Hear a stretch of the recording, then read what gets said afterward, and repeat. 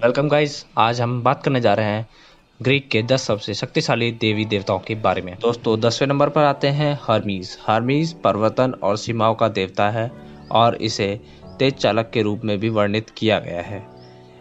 वह नश्वर और परमात्मा की दुनिया के बीच जा सकता है। उन्हें देवताओं के दूत के रूप में चित्रित किया गया है।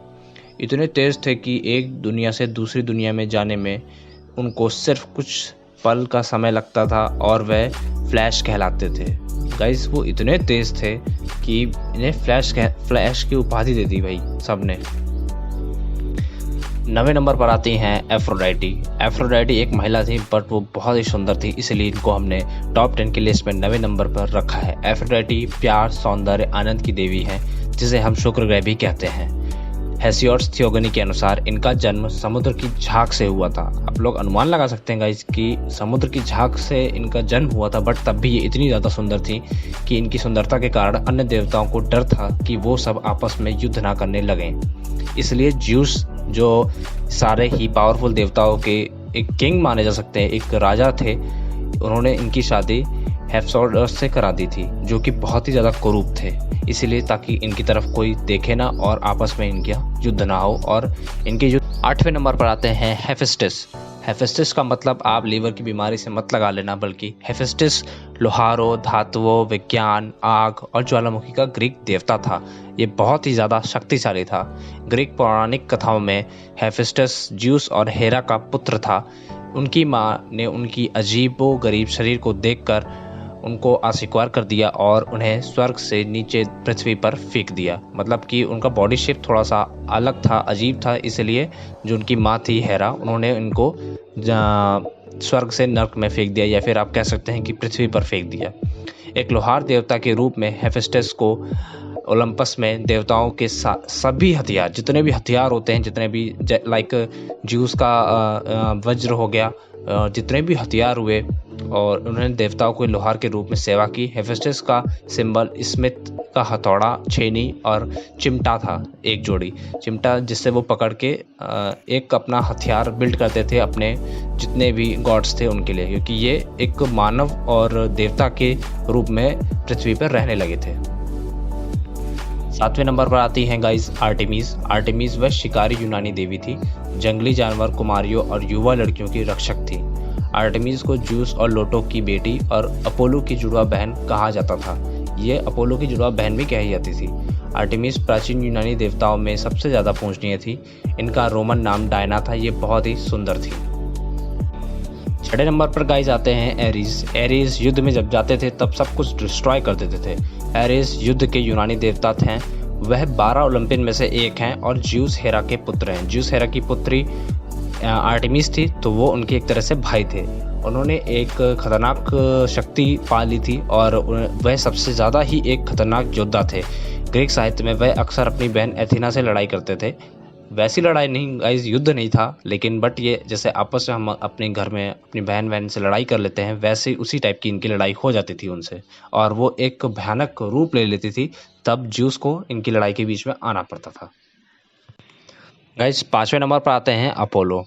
अपोलो ग्रीक मैथोलॉजी के अनुसार अपोलो को हम सूर्य का बेटा कहते हैं, बट ये सूर्य के बेटे नहीं थे, ये ज्यूस और लोटो के पुत्र थे। अपोलो को संगीत, साहित्य और भविष्यवाणी, उपचार, सूर्य और प्रकाश, प्ले, कविता और बहुत कुछ ऐसे देवता के रूप में मान्यता दी जाती थी।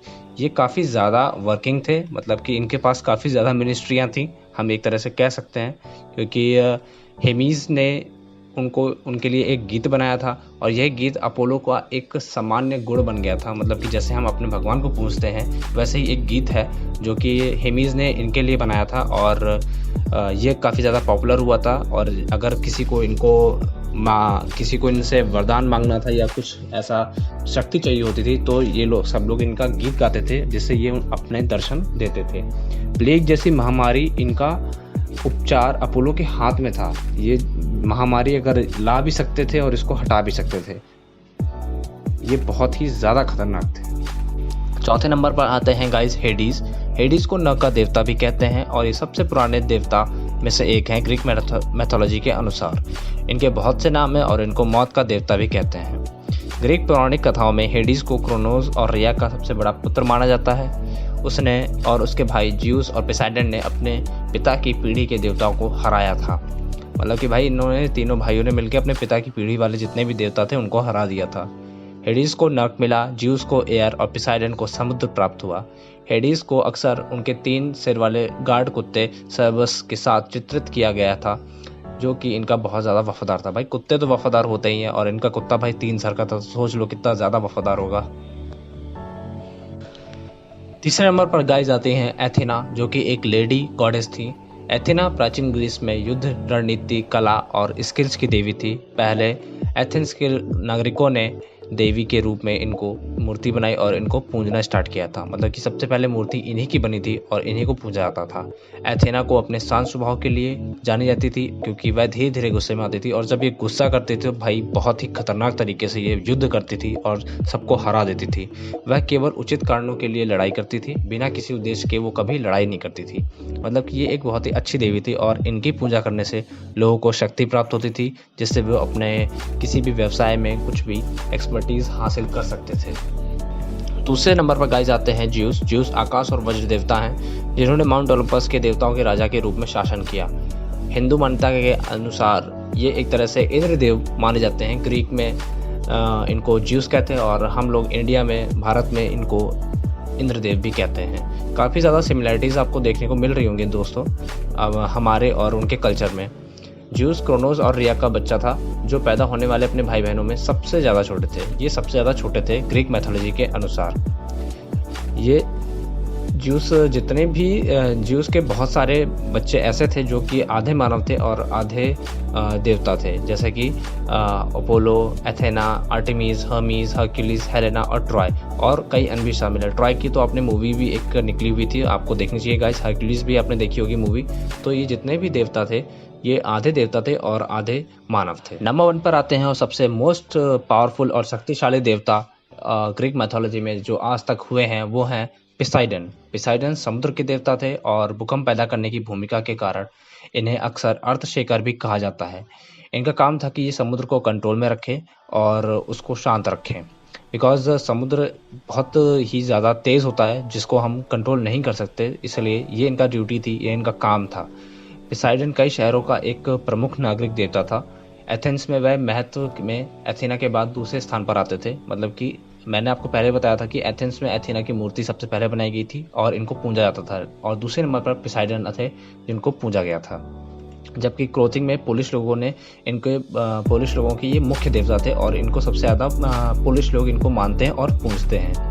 ये नए नए आइलैंड्स को भी बनाते हैं, पर जब ये नाराज़ होते तो तब पूरी पृथ्वी को हिला कर रख देते थे। मैंने आपको कहा था ना कि ये अर्थशेखर कहा जाता है इनको। तो एक तरह से ये सबसे ज़्यादा पावरफुल गॉड रहे हैं अभी तक के जितने भी ग्रीक मैथोलॉजी के अनुसार। अगर गाइस आपको मेरी वीडियो अच्छी लगी है तो प्लीज़ लाइक करें, सब्सक्राइब करें और शेयर करें। और अगर आपको ऐसा लग रहा है कि कोई आप ऐसा मुझे टिप दे सकते हैं कि आपको ये ठीक करना चाहिए वीडियो में कि आपके